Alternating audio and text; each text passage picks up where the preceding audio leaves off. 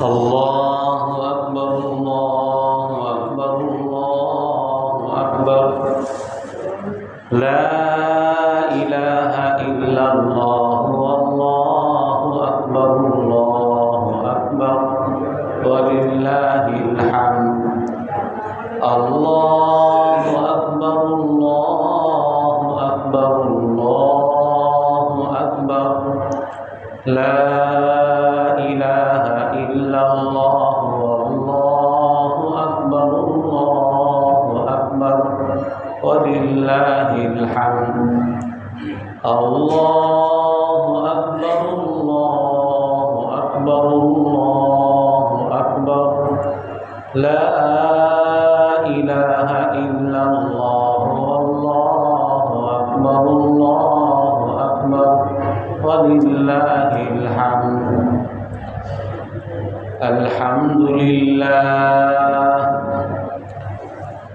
الحمد لله نحمده ونستعينه ونستغفره ونؤمن به ونتوكل عليه ونعوذ بالله من شرور أنفسنا ومن سيئات أعمالنا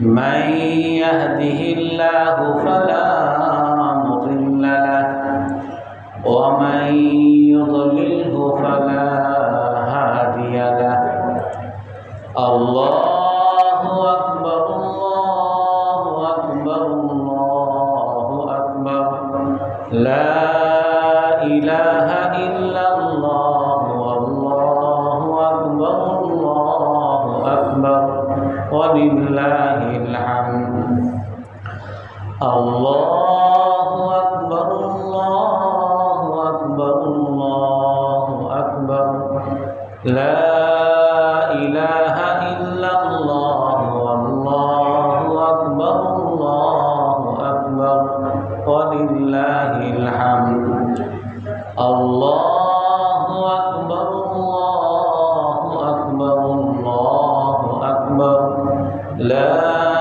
إله إلا الله والله أكبر الله أكبر ولله الحمد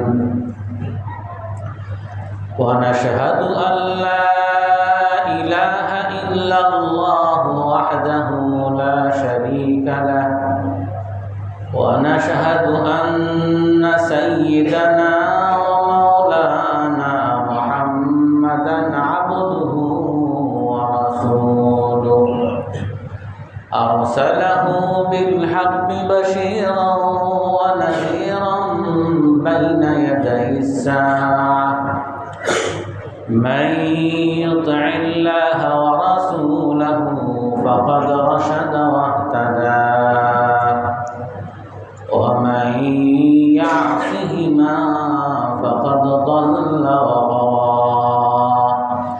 الله أكبر الله أكبر الله أكبر لا إله إلا الله والله أكبر الله أكبر ولله الحمد الله أكبر الله أكبر الله أكبر لا إله إلا الله والله أكبر الله أكبر ولله الحمد أما بعد فأعوذ بالله من الشيطان الرجيم بسم الله الرحمن الرحيم شهر رمضان الذي أنزل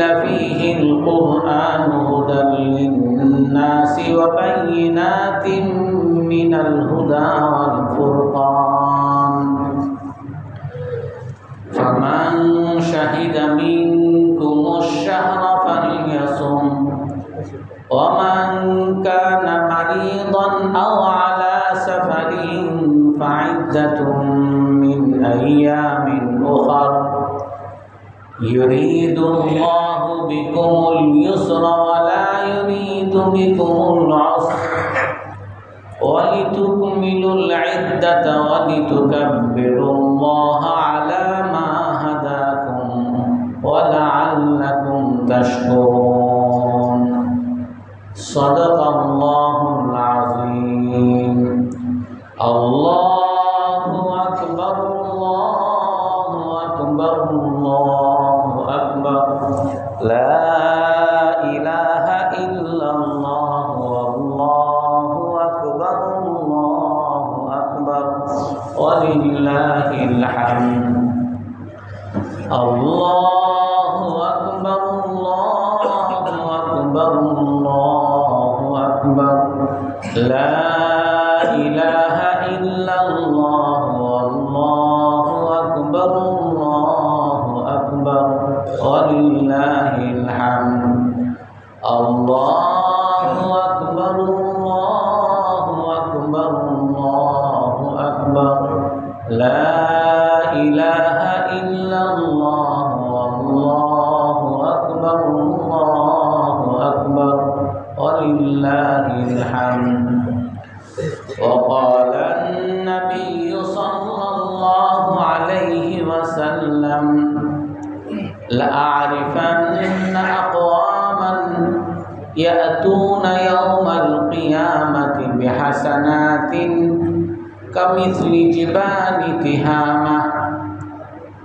فقال ثوبان رضي الله عنه حلهم لنا فقال النبي صلى الله عليه وسلم إنهم من قومكم ومن جلدتكم يأخذون من الليل كما تأخذون ولكنهم إذا خلوا بمحارم الله انتهكوها أو كما قال عليه الصلاة والسلام الله أكبر الله أكبر الله أكبر لا إله إلا الله والله أكبر الله أكبر ولله الحمد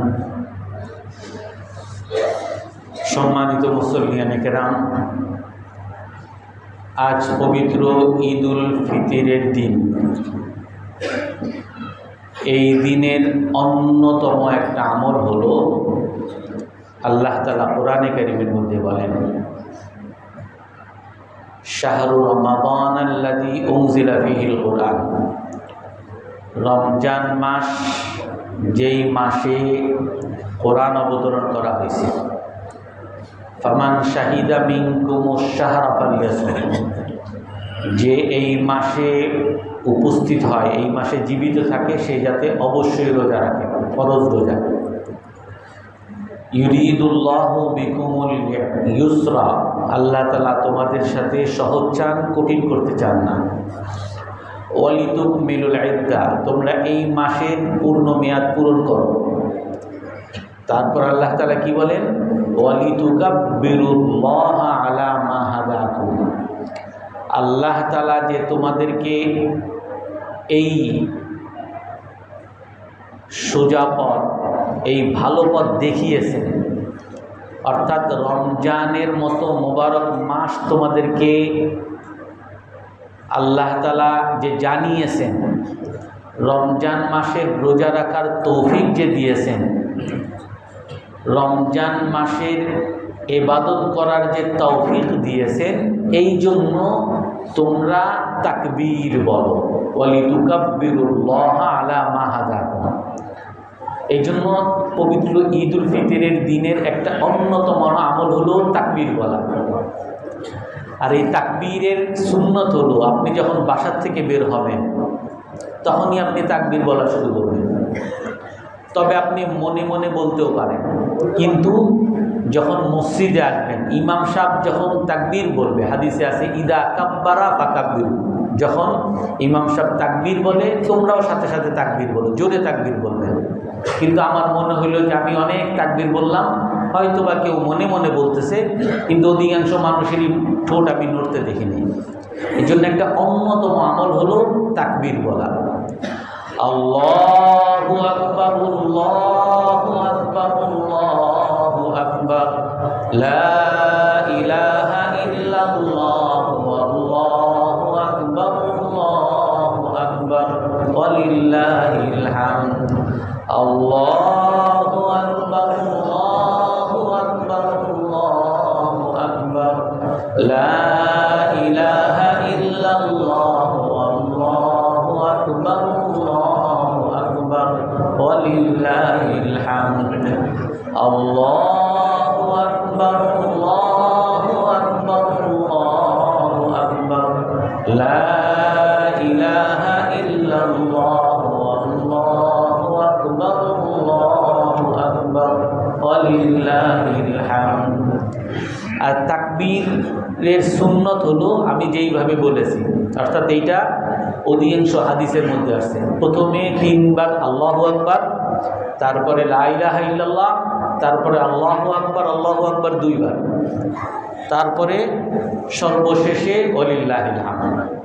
এটা হলো সুন্নত তরিকা। তো আল্লাহ তাআলা আমাদেরকে এই পবিত্র ঈদুল ফিতরের দিন দিয়েছেন। রাসূলুল্লাহ সাল্লাল্লাহু আলাইহি ওয়াসাল্লামের হাদিসের মধ্যে আসছে, আবু দাউদ শরীফের হাদিস, সহিহ হাদিস, লাম্মা কাদিমান নবিয়্যু সাল্লাল্লাহু আলাইহি ওয়াসাল্লাম আল মদিনা, যখন রাসূলুল্লাহ সাল্লাল্লাহু আলাইহি ওয়াসাল্লাম মদিনায় আসেন, মক্কা থেকে হিজরত করে মদিনায় আসেন, ওয়াজাদু ইয়াওমানি ইয়ালাবুনা ফীহিমা, মদিনাবাসীকে পাইলেন যে মদিনাবাসী 2টা দিন তারা পালন করে, উৎসব পালন করে, 2টা দিনকে তারা আনন্দ ফুর্তি করে, খেলাধুলা করে। তো রাসূলুল্লাহ সাল্লাল্লাহু আলাইহি ওয়াসাল্লাম তখন এই মদিনাবাসীকে জিজ্ঞাসা করলেন, বিশেষ করে মুসলমানদেরকে, মা হাদানিল ইয়াওমান আল্লাযীনা তালাবুনা ফীহিমা, এই 2টা দিন কি?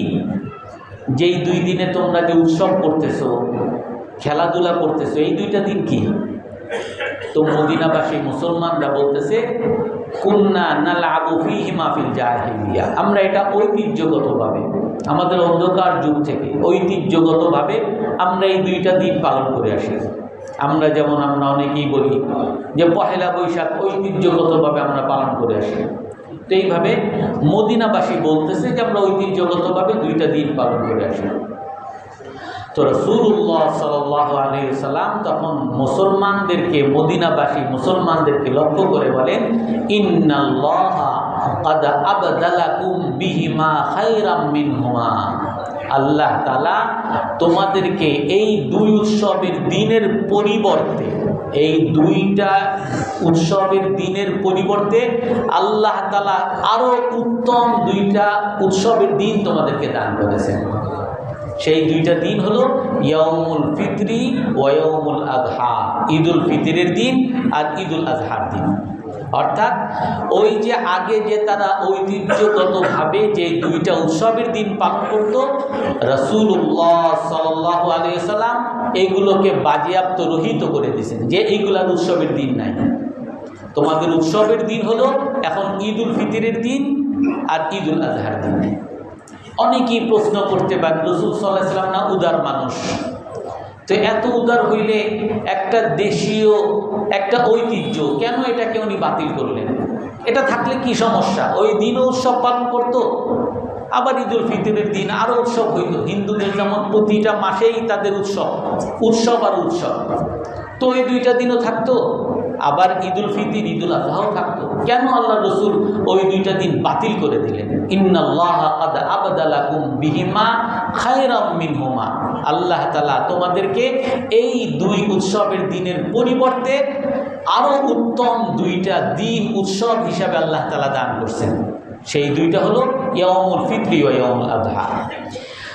এই প্রশ্নের উত্তর যদি আমরা জানতে চাই, এখন আমরা বর্তমানে আমরা যদি আমাদের মুসলিম বিশ্বের দিকে তাকাই, তাহলে আমাদের সহজভাবে আমরা বুঝে আসব যে কেন আল্লাহ তাআলা, কেন আল্লাহ রসুল সাল্লাল্লাহু আলাইহি সাল্লাম ওই উৎসবের দিনকে বাদ দিলেন, বাতিল করলেন।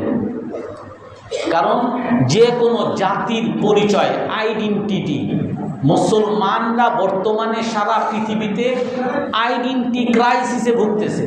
তারা নিজের আত্মপরিচয় জানতেছে না, আত্মপরিচয় আজকে ভুলে গেছে। সে যে মুসলমান, এই মুসলমান পরিচয় সে ভুলে গেছে। অনেকে উদার হতে চায়, অনেকে বলে সমস্যা কি, এইভাবে সে নিজের পরিচয় নিজে ভুলে গেছে। আর যে কোনো জাতির পরিচয়ের মধ্যে একটা অন্যতম পরিচয় হলো যে সে তার উৎসবের দিন কি পালন করে। সে কি দুর্গা পূজা পালন করে, সে কি বড়দিন পালন করে, এর দ্বারাই এই জাতির পরিচয় প্রমাণিত হবে। সে বড়দিন পালন করে, সে দুর্গা পূজা পালন করে, সে কালী পূজা পালন করে, তো এ মুসলমান না। মুসলমান হলো যে ঈদ উল ফিতর পালন করে, যে ঈদ উল আজহা পালন করে, যে 31st নাইট পালন করে না, যে বড়দিন পালন করে না, যে দুর্গা পূজা পালন করে না। অর্থাৎ একটা জাতির পরিচয়ের মধ্যে অন্যতম বিষয় হলো যে সে তার উৎসব কেমনে পালন করে, কোন দিনটাকে সে উৎসব পালন করে। অন্য কোনো জাতির সাথে আলাদাভাবে বৈশিষ্ট্য আকারে সেই উৎসব পালন করে। তো আজকে মুসলিম বিশ্বের মধ্যে কেউ উদারতার কারণে, কেউ সমস্যা কি, এইভাবে সে এই তার ধর্মীয় পরিচয়কে, ধর্মীয় আইডেন্টিটিকে ভুলে যাওয়ার কারণে আজকে আপনারা দেখেন বর্তমানে আমেরিকা আক্রমণ করতেছে ইরানের উপরে। আর ইরানের তাদের ধর্মীয় গুরু, তাদের প্রেসিডেন্ট, তাদের গোয়েন্দা প্রধান, তাদের পুলিশ প্রধান কোথায় থাকতেছে, কোথায় সে বাস করতেছে, কোথায় এখন আছে, এইগুলা সব তাদের কাছে খবর চলে যাচ্ছে। আর তারা সেখান থেকে বোমা হামলা করতেছে, গোয়েন্দা প্রধানকে হত্যা করতেছে, তাদের প্রেসিডেন্টকে তারা হত্যা করতেছে, তাদের প্রধানমন্ত্রীকে হত্যা করতেছে, সকলকে ধরে ধরে হত্যা করতেছে। কেন? কারণ এই মুসলমানরা তাদের আত্মপরিচয় ভুলে গেছে।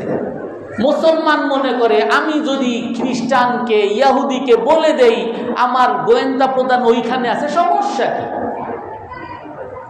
তারা তো আমরা সবাই মানুষ, তারাও মানুষ, আমরাও মানুষ। এইভাবে মানুষ আমাদেরকে বুঝায়, এই সমস্ত কাফের মুশরিকরা আমাদেরকে এইভাবে ব্রেন ওয়াশ করায়, এইভাবে দৃষ্টিভঙ্গি পরিবর্তন করায় যে নারী পুরুষ সবাই তো মানুষ। তো নারী পুরুষ যদি বাসে ধাক্কাধাক্কি করতে পারে, নারী কেন পারবে না?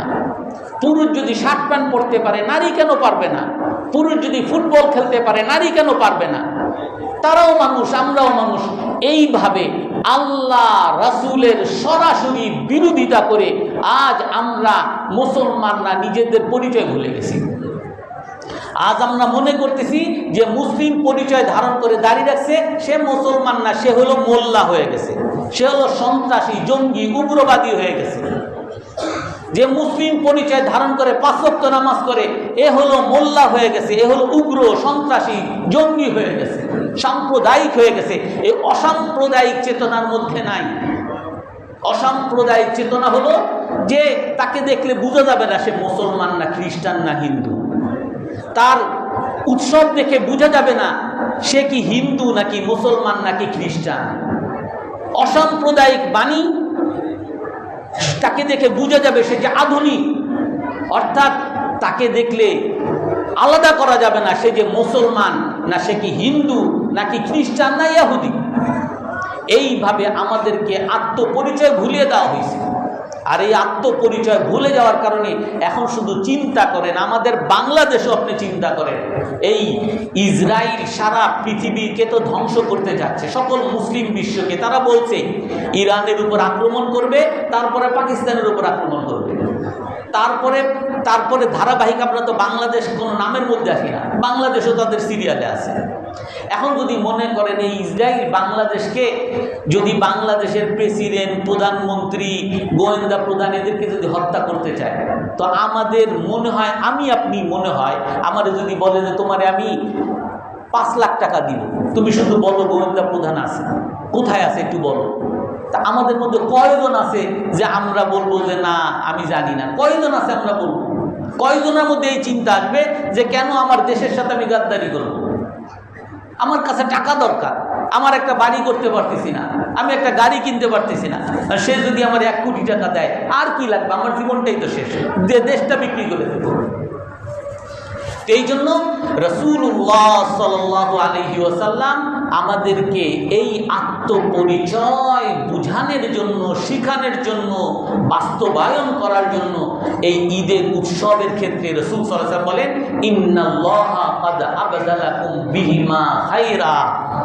আল্লাহ তাআলা তোমাদেরকে এই আগের যে তোমরা ঐতিহ্যগতভাবে যে উৎসব পালন করতাম এগুলোকে বাতিল করে দিয়েছেন, এগুলোকে রহিত করে দিয়েছেন। এর পরিবর্তে আল্লাহ তাআলা উত্তম 2টা দিন তোমাদেরকে দান করছেন। আর এই 2টা দিনের মধ্যে হলো ঈদুল ফিতর আর ঈদুল আযহা। তো এই জন্য এই ঈদুল ফিতরের দিন হলো আমাদের উৎসবের দিন, আমাদের আনন্দের দিন। এখন আনন্দ কি? আমি আনন্দ কি করব?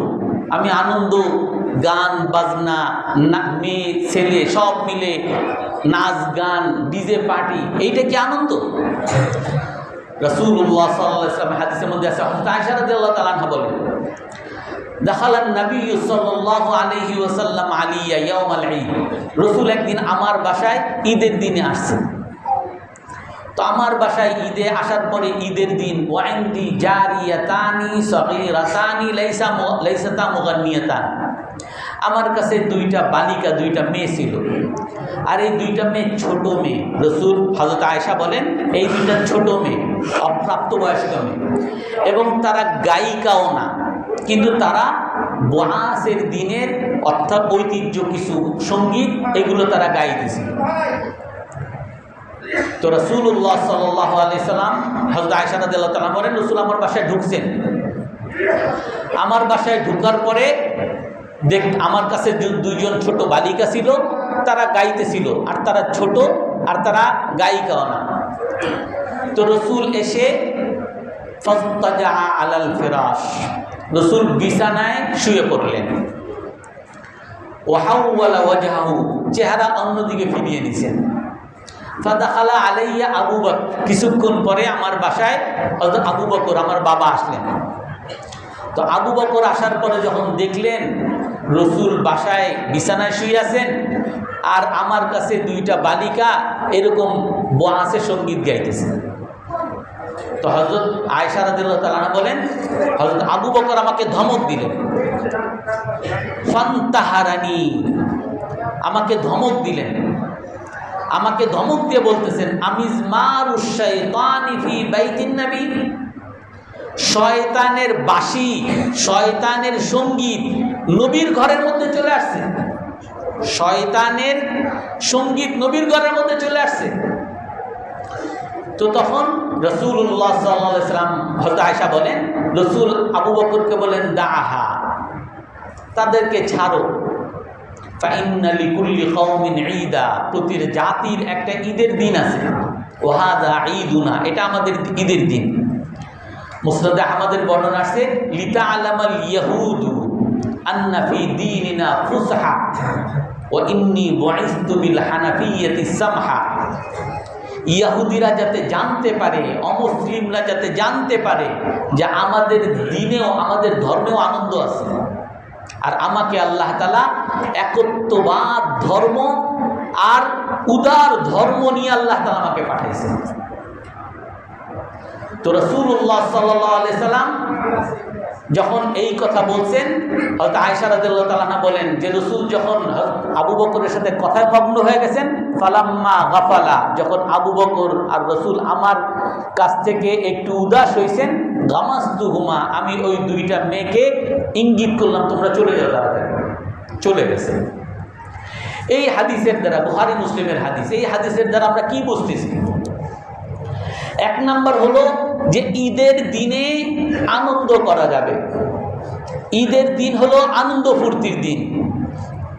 বাসায় যদি ছোট বাচ্চারা বৈধ কোনো আনন্দ করতে চায় করতে পারবে, আমরাও আনন্দ প্রকাশ করব, বাচ্চাদেরকে আনন্দ করতে দিব। তবে একটা কথা এখানে এটাও দেখেন, হয়তো আয়েশা রাদিয়াল্লাহু তাআলা বলতেছেন যে আমার বাসায় দুইটা মেয়ে গান গাইতেছে, সঙ্গীত গাইতেছে, কিন্তু এই দুইটা মেয়ে আয়েশা নিজেই বলতেছেন সগীরাতানি, দুইটা মেয়ে অপ্রাপ্ত বালিকা, অপ্রাপ্তবয়স্ক। অর্থাৎ যদি প্রাপ্তবয়স্ক হইতো তাহলে তার আওয়াজ শোনা আমার স্বামীর জন্য বৈধ ছিল না, তার আওয়াজ বাইরে যাওয়া এটা আমাদের জন্য বৈধ ছিল না, এটা জায়েজ নাই। অপ্রাপ্ত বয়স্ক বালিকা এবং তারা যে গান গাইতেছে ওয়ালাইসাতা মুগান্নিয়াতান, তারা গায়িকাও না, তারা ডিজে পার্টি করে বেড়ায় না, সব জায়গায় করে বেড়ায় না, এমনি একটু বসছে, নিজেরা বসে বসে আনন্দ করতেছে। আর রসুল হযরত আয়েশা কি বলেন, রসুল সাল্লাল্লাহু আলাইহি ওয়াসাল্লাম কিছু বলেন নাই, সুযোগ দিছেন, কিন্তু আবু বকর রাদিয়াল্লাহু তাআলা সে ধমক দিছেন। অর্থাৎ এই জিনিসটা বৈধ, বৈধ এমন না যে এর মধ্যে ডুবে যাওয়া যাবে, যতটুক দরকার ততটুক করা যাবে। আর রাসূল সাল্লাল্লাহু আলাইহি ওয়াসাল্লাম কি বলেন যে আমাকে আল্লাহ তাআলা উদার ধর্ম নিয়ে পাঠাইছে, এখার মধ্যে কড়াকড়ি নাই। ঈদের দিন, আনন্দের দিন, সুযোগ যদি থাকে আনন্দ করবে, যতক্ষণ পর্যন্ত হারামে না পৌঁছে, যতক্ষণ পর্যন্ত গুনাহে না পৌঁছে, ততক্ষণ পর্যন্ত বৈধভাবে যতটুকু সম্ভব আনন্দ করুন, কোনো সমস্যা নেই, কারণ এটা ঈদের দিন, ফুর্তির দিন। আর একটা বর্ণনা হযরত আয়েশা রাদিয়াল্লাহু তাআলা আনহা, উনি বলেন একবার রসুলের বাসা, হযরত আয়েশার বাসা আর মসজিদে নববী, মসজিদের পাশাপাশি বাসা ছিল, মসজিদের পাশেই হযরত আয়েশার বাসা। হযরত আয়েশা বলেন একবার মসজিদে আওয়াজ শুনতেছিলাম, কানা সুদান ইয়ালাবুনা বিদ্দাওরা, মসজিদের মধ্যে হাবশি গোলামরা, হাবশি মানুষরা, আফ্রিকা থেকে কিছু মানুষ আসছে, কিছু মুসলমান হয়েছে, তারা তাদের ঐতিহ্য, তাদের দেশীয় কিছু খেলা তারা খেলতেছে মসজিদের মধ্যে। যখন এই আওয়াজ শুনলেন রাসূলুল্লাহ সাল্লাল্লাহু আলাইহি সাল্লাম দাঁড়াইলেন, আর দাঁড়ানোর কারণেই ওই বাসার দেয়াল থেকে মসজিদের ভিতরে দেখা যায়। আয়েশা রাদিয়াল্লাহু তাআলা আনহা বলেন ওয়া কানান নাবিয়্যু সাল্লাল্লাহু আলাইহি ওয়াসাল্লাম ইয়াসতুরুনি মিন ওয়ারাইহি, রাসূল সামনে দাঁড়াইলেন, আমাকে রাসূল আড়াল করে দিলেন, আনন্দ করতে দিছেন, কিন্তু তাই বলে আমি সবার কাছে উন্মুক্ত হতে পারবো না, বৈধ না, আমাকে মানুষ দেখবে, এটা বৈধ না, রাসূল আমাকে আড়াল করে দিছেন। আমি রসুলের পিছনে দাঁড়াইছি, ওয়াখাদ্দি মা খাদ্দিহি, রসুলের পিছনে এমনভাবে দাঁড়াইছি যে আমার গাল রসুলের গালের সাথে মিশে আছে। আর যখন তারা খেলতেছে তখন রসুল, উনি বলেন যে আমি হয়তো বলছি আমি একটু দেখতে চাই, অথবা রসুল নিজেও বলছেন, ওনার মনে নাই যে তানজুরিনা তাস্তাহিনা তাস্তাহিনা তানজুরিন, তুমি কি মসজিদে যে খেলা হইতেছে নাকি দেখতে চাও? আয়েশা বলেন হ্যাঁ আমি দেখতে চাই। তখন রসুল দাঁড়াইলেন, রসুলের পিছনে হযরত আয়েশা রাদিয়াল্লাহু তাআলা দাঁড়াইছেন আর খেলা দেখলেন। হাত্তা ইদা মালালতু, আমি যতক্ষণ পর্যন্ত একেবারে ক্লান্ত না হইছি, আমার দেখে আমার স্বাদ না মিশছে, আমি দাঁড়িয়েছিলাম, রসুলও দাঁড়িয়েছিলেন, আমার জন্য দাঁড়িয়েছিলেন। এমন না যে আমরা আমাদের মেয়েদেরকে ছেড়ে দিতে একটু ফুর্তি করতে যাও, বান্ধবীদের সাথে যাও, মার্কেটে ঘুরে আসো, আমি আমার মতো ছেড়ে দিলাম না, স্বামী সাথে রেখে, সামনে রেখে নিজের স্ত্রীকে আড়াল করে আনন্দ করতে দিচ্ছে। যখন শেষ হয়েছে তখন বলেন, যখন আমি শেষ হয়ে গেছে, আমি দেখা শেষ, তখন রাসূলুল্লাহ সাল্লাল্লাহু আলাইহি ওয়াসাল্লাম বলেন ইয়া বানি আরফাদা, হে আরফাদার বংশ, অর্থাৎ যারা আনন্দ ফুর্তি চাও, তোমার কি হয়েছে? বলে হ্যাঁ হয়েছে। তখন রাসূল সাল্লাল্লাহু আলাইহি ওয়াসাল্লাম বসে গেছেন, আমিও বসে গেছি। অর্থাৎ এটা ঈদের দিন ছিল।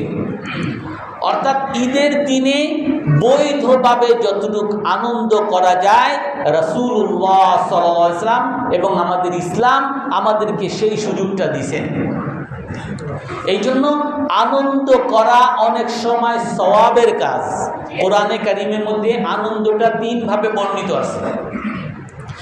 কিছু কিছু জায়গায় আনন্দ কোনো ভালো মন্দ কোনো কিছুই বলা হয়নি, ব্যাপকভাবে সাধারণভাবে আনন্দের কথা বলা হয়েছে।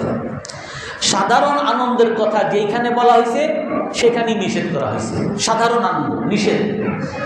কারুনের ক্ষেত্রে আসছে, কারণকে বলা হয়েছে লা তাফরাহ ইন্নাল্লাহা লা ইউহিব্বুল ফারিহিন।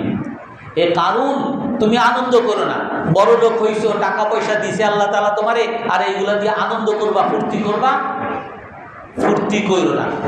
আল্লাহ তাআলা ফুর্তিবাজকে পছন্দ করে না।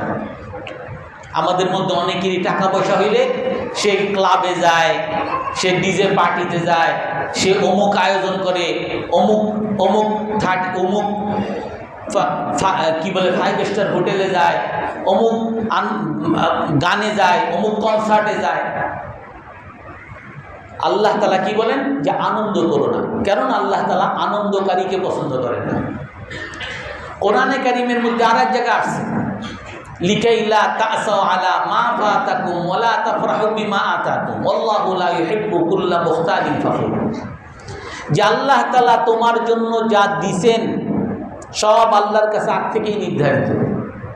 তুমি ফার্স্ট হবা এটাও আল্লাহ তাআলা আগ থেকে নির্ধারণ করে রাখছেন। তুমি অ্যাক্সিডেন্ট করবা এটাও আল্লাহ তাআলা আগ থেকে নির্ধারণ করে রাখছেন। তুমি ফেল করবা এটাও আল্লাহ তাআলা আগ থেকে নির্ধারণ করে রাখছেন। যেহেতু আগ থেকে নির্ধারিত, এই জন্য লিকাইলা তাসাউ আলা মা ফাতাকুম। তুমি অনেক পড়াশোনা করছো তারপরও ফেল করছো, তো আফসোস করবা না। আল্লাহ তাআলা কি বলেন? আফসোস করবে না। ধরে নাও এই ফেল করার মধ্যেই আল্লাহ তাআলা তোমার কোনো কল্যাণ রাখছেন। অনেক চেষ্টা করছো, অনেকভাবে তুমি তদবির করছো, তারপরও তোমার চাকরি হয়নি, তো চাকরি যদি না হয় হতাশ হবে না। অনেক চেষ্টা করছো, এই মেয়েকে বিয়ে করতে চাইছো, অনেকভাবে চেষ্টা করছো, হয় নাই, হতাশ হবে না। তুমি নিজের জীবনকে শেষ করে দিও না, আত্মহত্যা করতে যায় না, কারণ এটা আগ থেকে আল্লাহ তাআলা নির্ধারণ করে রাখছে যে আল্লাহ তাআলা তোমাকে এটা দিবেন না তোমার কল্যাণের জন্য। লিকাইলা তাসাউ আলা মা ফাতাকুম, যেটা পাবে না সেটার জন্য হতাশ হবে না। ওয়ালা তাফরাহু বিমা আতাকুম, আর যা আল্লাহ তাআলা তোমাকে দিবেন এর উপরও আনন্দ করবে না। তুমি ফার্স্ট হইছো, যে আমি ফার্স্ট হইছি না, আল্লাহ তোমাকে ফার্স্ট বানাইছে, সেই জন্য ফার্স্ট হইছে। গর্ব করার কিছু নাই, অহংকার করার কিছু নাই। কারো চাকরি হয় না, তোমার চাকরি হয়েছে, এটা আল্লাহ তাআলা তোমাকে দিছে। কেউ সুন্দর করে কথা বলতে পারে না, তুমি সুন্দর করে কথা বলতে পারো। গর্বের কিছু নাই, অহংকারের কিছু নাই। আল্লাহ তাআলা তোমাকে দিছেন বলে তুমি পারতেছো, এই জন্য আল্লাহর শুকরিয়া আদায় করো। এর উপরে আনন্দ করা, এর উপরে গর্ব করা, অহংকার করা, অন্যকে তুচ্ছ-তাচ্ছিল্য করা, এইটা নিষেধ। ঈদের সময় তুমি খুব সুন্দর জামা পরছো, খুব সুন্দর জুতা পরছো, আল্লাহ তাআলা তোমাকে দিয়েছেন বলে পারছো, তাই বলে তুমি যে খারাপ জুতা পরছে, এই তুই ফুটপাতের জুতা পরছিস, তুই ফুটপাত থেকে জামা কিনা পরতেছিস, তোর বাপে তোর একটা জামা কিনা দিতে পারে না, এই তুচ্ছ-তাচ্ছিল্য করা বৈধতা নাই। এই আনন্দ, এই অহংকার করার সুযোগ নাই। এবং আর এক আনন্দ, যেই আনন্দের মধ্যে খারাপ আনন্দ, ইন তুসিবুকুম সাইয়্যাতুন ইয়াফরাহু বিহা, যখন মুসলমানের কোনো বিপদ আসে তখন তারা আনন্দ পায়। যে সৌদি আরবের তেল খনিতে আগুন লাগছে, কাতারের গ্যাস খনিতে আগুন লাগছে, ইরানের সব কিছু ধ্বংস হয়ে গেছে, আর আমি খুশি। এখন বুঝো ঠেলা, এখন আমি খুশি। আমি মুসলমানের দুঃখ দেখে যদি আমার খুশি অনুভব হয়, আমি মুনাফিক, আমি মুসলমান না। এই জন্য মুসলমানের যদি কোনো বিপদ দেখি আমি দুঃখিত হব। একজন মানুষ, একজন মহিলা রিক্সায় যেতে গিয়ে তার ওড়না রিক্সার মধ্যে পেঁচিয়ে পড়ে গেছে, আর সবাই মিলে হাসে, এই দেখ পড়ছে পড়ছে। মানুষ একজনের বিপদ, আর আপনি এগুলো দেখে হাসেন, এগুলো দেখে আনন্দ পান, এগুলো হলো গুনাহ। আর কিছু আনন্দ আছে যেই আনন্দটা আল্লাহ তাআলার আদেশ, এই আনন্দ করার জন্য আল্লাহ তাআলা বলছেন সেই আনন্দ কি? কুল বিফাদলিল্লাহি ওয়া বিরহমাতিহি ফাবিযালিকা ফালইফরাহু। হে রাসূল, আপনি বলে দেন মানুষ যাতে আনন্দ করে। কি নিয়ে আনন্দ করবে? বিফাদলিল্লাহ, আল্লাহ তাআলার করুণা নিয়ে, আল্লাহ তাআলার রহমত পেয়ে তারা যাতে আনন্দ করে। মুফাসসিরিনে কেরাম বলে আল্লাহ তাআলার করুণা হলো কোরআনে কারীম, আল্লাহ তাআলার রহমত হলো কোরআনে কারীম অনুযায়ী আমল করতে পারা। আমি মুসলমান হইছি, হে আল্লাহ আমি মুসলমান, আমার চেয়ে আনন্দিত আর কেউ নাই। আমি আজকে ঈদের দিনে ঈদের নামাজ পড়তে পারতেছি, এর চেয়ে খুশির, এর চেয়ে আনন্দের আর কিছু নাই। আমি আজকে আল্লাহর কাছ থেকে পুরো রমজানের পুরস্কার গ্রহণ করার মতো তৌফিক আল্লাহ তাআলা দিয়েছেন, এর চেয়ে আনন্দের আর কিছু নাই। আজ আমি ঈদের দিনে সকল হারাম কাজ থেকে বেঁচে আমি পুরো রমজান মাসে রোজা রেখে, পুরো রমজান মাসে তারাবি করে আমি আল্লাহর কাছ থেকে পুরস্কার নেওয়ার জন্য আমি মসজিদে আসতে পারছি, আমি নামাজ পড়তে আসতে পারছি, এর চেয়ে আনন্দের আর কিছু নাই। আলহামদুলিল্লাহ। এই আলহামদুলিল্লাহ, এই আনন্দ প্রকাশ, এইটা হলো সওয়াবের আনন্দ। এক হাদিসের মধ্যে আছে যে আজ এই ঈদের দিনে রাস্তার মোড়ে মোড়ে ফেরেশতারা দাঁড়িয়ে যায়, আর ফেরেশতারা যখন মানুষ মসজিদে আসতে থাকে, ঈদগাহে আসতে থাকে, ফেরেশতারা বলতে থাকে কুমু, তোমরা যাও যাও, আল্লাহ তাআলা তোমাদেরকে করুণা করার জন্য আজকে বসে আছেন, পুরস্কার দেওয়ার জন্য আজকে বসে আছেন।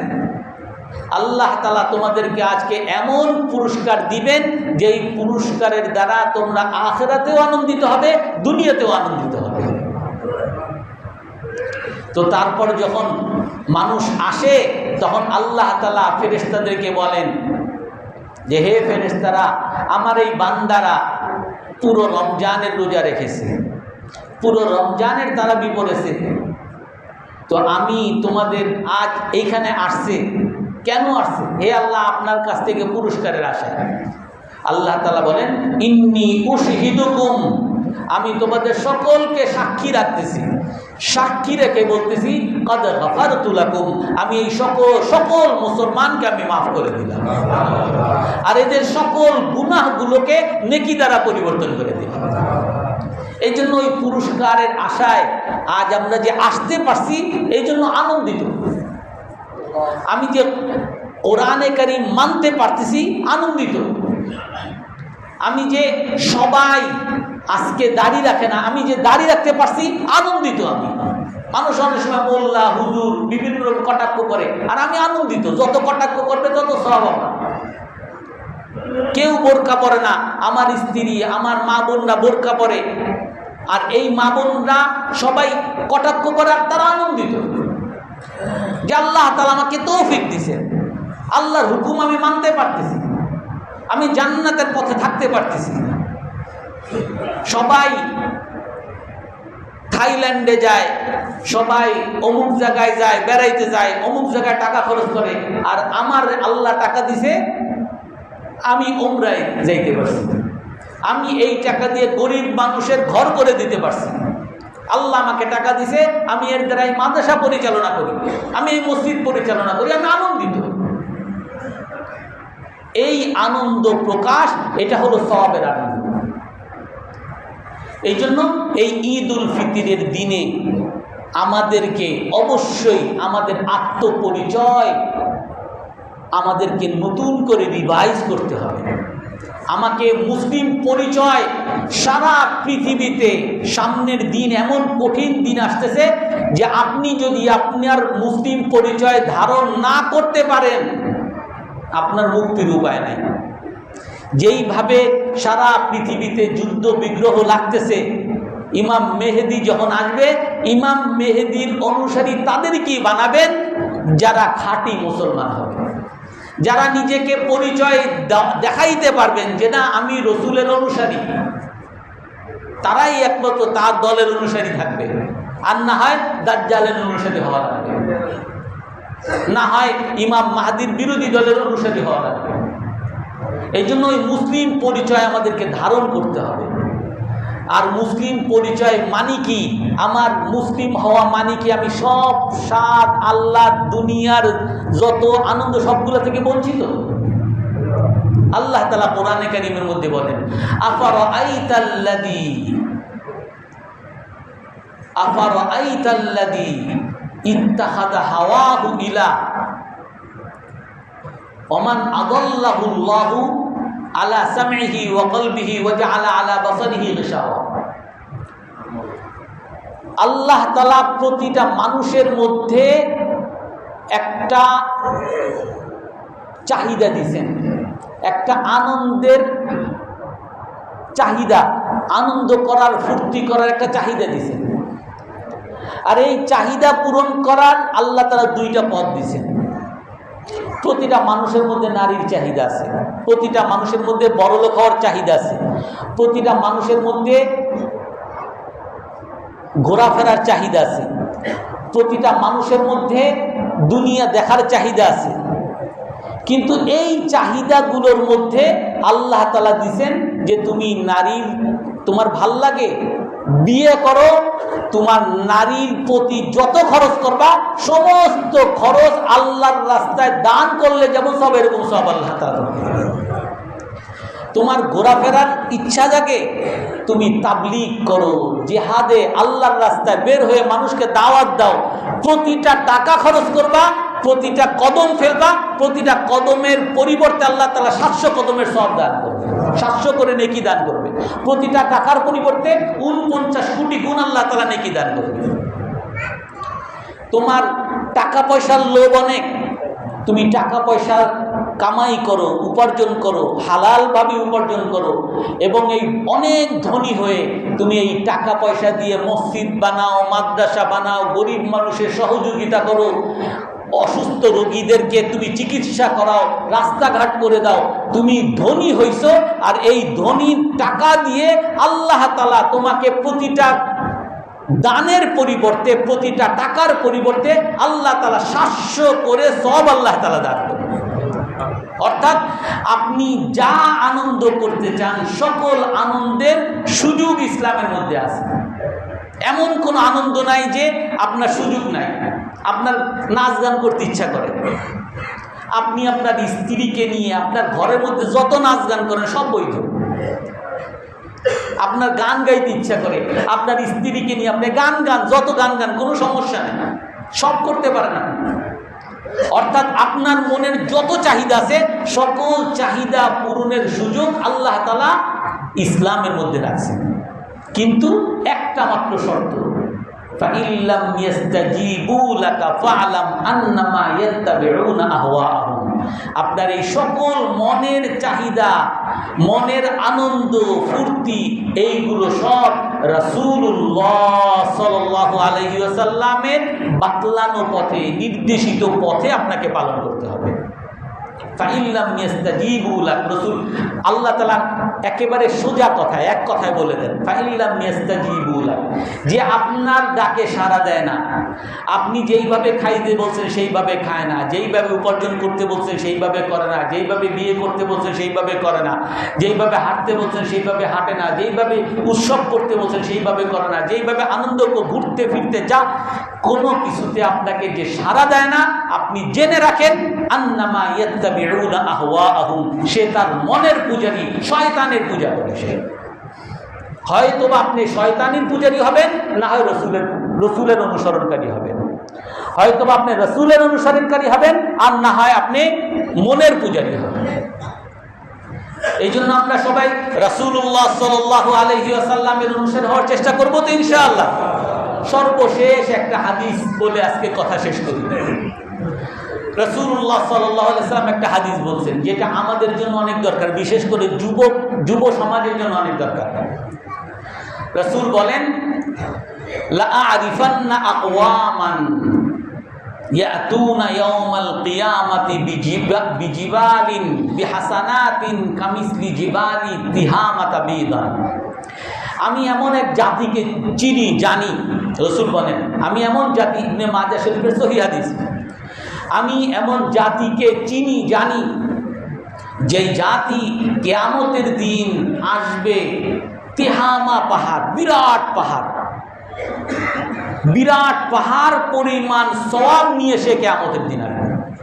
অনেক সওয়াবের মালিক, সমস্ত সওয়াব তার ভাগ্যে আছে, তার আমলনামা আছে, এরকম সওয়াবের মালিক হয়ে সে আসবে।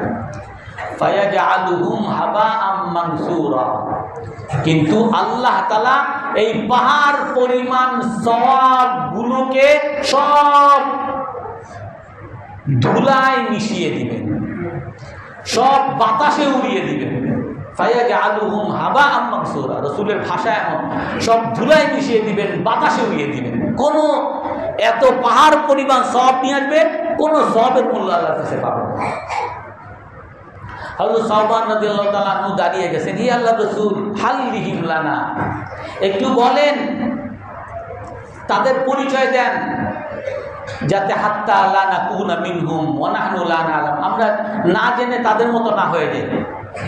আপনি আমাদেরকে বলেন একটু তারা কারা, যাতে আমরা তাদের থেকে বাঁচতে পারি। রাসূলুল্লাহ সাল্লাল্লাহু আলাইহি ওয়াসাল্লাম বলেন, ইন্নাহুম মিন কওমিকুম, তারা তোমাদেরই জাতির লোক, তোমাদের মতোই লোক, তারা ফেরেশতা বা জিন জাতি না, মানুষ জাতি, মানব জাতি। ওমিন জিলদাতিহিম, রাসূল বলেন, এবং তোমাদেরই বংশের লোক। ইয়াখুযুনা মিনাল লাইলি, তারা কি খুব খারাপ লোক? রাসূল বলেন, ইয়াখুযুনা মিনাল লাইলি কামা তাখুযুন, তোমরা যেমন রাতে তাহাজ্জুদ পড়ো, তারাও তাহাজ্জুদ পড়ে, অর্থাৎ তারা ভালো লোক। তোমরা রোজা রাখো, তারাবি পড়ো, তাহাজ্জুদ পড়ো, তারাও তাহাজ্জুদ পড়ে। তারা বিরাট সওয়াবের মালিক, কিন্তু আল্লাহর কাছে কোনো মূল্য পাবে না, সব আল্লাহ তাআলা বাতাসে উড়িয়ে দিবেন। সমস্যা কি? তারা কি করছে?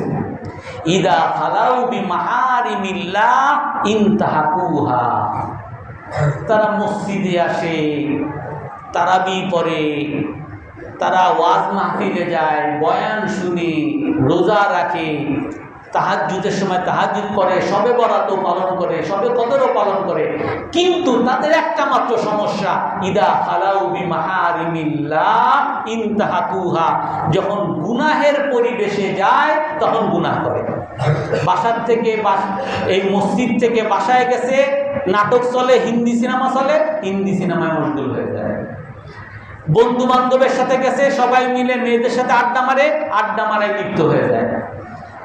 সব মসজিদে নামাজ পড়ছে, রোজা রাখছে, সবই করছে, বন্ধু বান্ধবের সাথে কনসার্টে গেছে, ওইখানে গিয়ে ওই কনসার্টের পাবলিক হয়ে যায়, ওইখানে গিয়ে ওই মদখোরের পাবলিক হয়ে যায়, ওই গাঁজাখোরের আর ওই সিগারেট খোরের পাবলিক হয়ে যায়, ওই সিগারেট খোর, ওই ঘুষখোর, সুদখোর, এগুলোর পাবলিক হয়ে যায়। নামাজ রোজা সবই করে, কিন্তু ওই উপরি আয়ের চিন্তা করে, সেই উপরি আয়কে গুনাহ মনে করে না, যে আজকে অনেক টাকা কামাই করছো। কি করছো? বেতন বেশি পাইছো, বোনাস পাইছো না, আজকে উপরে আয় করছো, গর্ব এটা, মানুষকে ঠকাইতে পারছে। যখন গুনাহের পরিবেশে যায়, যখন সে গুনাহ করে, এই ব্যক্তি হয়তো অনেক নামাজ পড়ে, অনেক রোজা রাখে, অনেক তারাবি পড়ছে, কিন্তু এই গুনাহ থেকে যদি বাঁচতে না পারে, আল্লাহ তাআলা তার সমস্ত নেক আমলগুলো এরকম বাতাসে উড়িয়ে দিবেন। এই জন্য এই ঈদের দিনে আমরা কমপক্ষে এতটুকু নিয়ত, এতটুকু পাক্কা ইচ্ছা, পাক্কা এরাদা, প্রতিজ্ঞা করতে পারি যে আমরা সকল গুনাহ থেকে বাঁচবো, আমরা সকলে গুনাহ থেকে বাঁচবো তো ইনশাআল্লাহ। বিশেষ করে আজ ঈদের দিনে অনেক গুনাহের পরিবেশ আমার সামনে আসবে। আজকে আমি যদি আল্লাহর কাছে পুরস্কার পেতে চাই, আমাকে সকল গুনাহ থেকে বাঁচতে হবে। আমরা সকলে বাঁচবো তো ইনশাআল্লাহ। আল্লাহ তাআলা আমাদের সকলকে আমল করার তৌফিক দান করেন। তো আমরা এখন নামাজ পড়ব, ঈদের নামাজ। ঈদের নামাজের যেহেতু ঈদের নামাজ অনেকদিন পর আসে,